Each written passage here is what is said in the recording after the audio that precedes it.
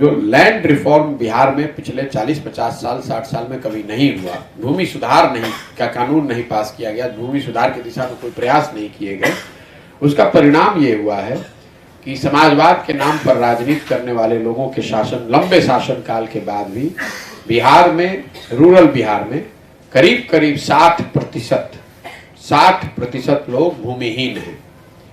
राष्ट्रीय औसत है 38%, मतलब 100 में 38 लोगों के पास देश के स्तर पर जमीन नहीं है। बिहार में ये आंकड़ा 60% है, बिहार के स्तर पर 55, ग्रामीण विकास में 60%, मतलब 100 में 60 आदमी के पास तो 1 इंच जमीन है ही नहीं। अब जिसके पास जमीन नहीं है, शिक्षा आपकी ध्वस्त है, जमीन उसके पास है नहीं, तो स्वाभाविक तौर पर उसके पास पूंजी है नहीं कि कोई रोजी रोजगार व्यापार कर लेगा, तो क्या बनेगा? मजदूरी बनेगा। इसीलिए आपको लाखों की संख्या में लोग मजदूरी करते हुए या मजदूरी की चाह में, मजदूरी की खोज में घूमते हुए लोग नजर आते हैं। इसके साथ साथ 2 बड़ी योजनाएं जो केंद्र की चल रही हैं राज्य और देश के स्तर पर, एक है प्रधानमंत्री गरीब कल्याण योजना, जिसमें व्यक्ति को या लाभार्थी को 5 किलो अनाज मिलना है हर महीने। बिहार में करीब करीब ये मानक बना दिया गया है और लोगों ने भी मान लिया है कि ये 5 किलो नहीं 4 किलो ही मिलता है, कहीं 4 कहीं 4.5। दोनों जिलों में घूमने के बाद मैंने जो पाया कि ये सच्चाई है कि लोगों को 4-4.5 किलो ही अनाज मिल रहा है। जो लोग इससे जुड़े हुए हैं उनसे लंबी बातचीत से पता चला कि ये 4 किलो अनाज इसलिए मिल रहा है क्योंकि हर महीने व्यवस्थित तरीके से हर प्रखंड में जो अनाज आ रहा है, जो कि डिपेंडिंग ऑन प्रखंड का साइज कितना है, 15,000 क्विंटल से 25,000 क्विंटल तक अनाज आता है प्रधानमंत्री गरीब कल्याण योजना में, और हर क्विंटल पर 40 रुपए प्रति क्विंटल के दर से पीसी काटा जा रहा है। और इसको लेने वाले लोग जनप्रतिनिधि, अफसर, विधायक इंक्लूडेड, इसको मार्क कर लीजिएगा।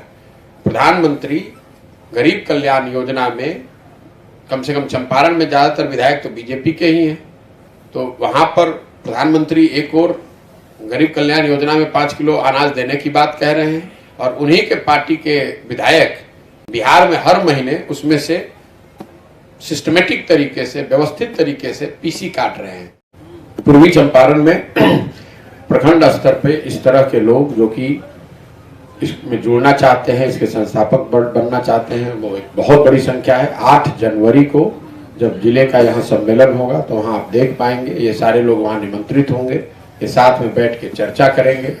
ये लोग इन बातों की पर भी मत देंगे कि जन सुराज अभियान को आगे कैसे बढ़ाया जाना है, क्या इस अभियान को गैर राजनीतिक ही रहना चाहिए हमेशा के लिए, या इसको दल में परिवर्तित किया जाना चाहिए, इसके साथ चुनाव लड़ना चाहिए कि नहीं लड़ना चाहिए, अगर लड़ना चाहिए तो वो कौन सा चुनाव होना चाहिए। इन सारे विषयों पर बैलेट पेपर के माध्यम से, जैसे पश्चिम चंपारण में मत पड़े वैसे पूर्वी चंपारण मोतिहारी में मत पड़ेगा।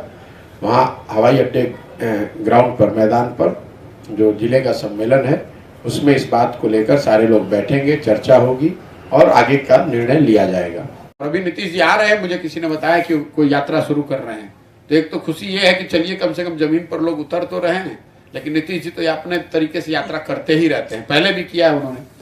आपको पहले से एक भविष्यवाणी कर देता, नीतीश जी यात्रा करेंगे तो वो उस यात्रा में सारे सरकारी अमला के बावजूद, सारी सुरक्षा व्यवस्था के बाद भी आपको प्रदर्शन, अप्रिय घटनाएं आपको देखने सुनने को मिलेंगी। इस बात को एडवांस में लिख लीजिए। मैं चल रहा हूं समाज में तो वो देख रहा हूं कि कितना गुस्सा लोगों में है। जिन किसानों को यूरिया नहीं मिल रहा है और नीतीश जी वहां यात्रा करेंगे तो आपको क्या लगता है कि वो किसान चुप बैठे रहेंगे? लोग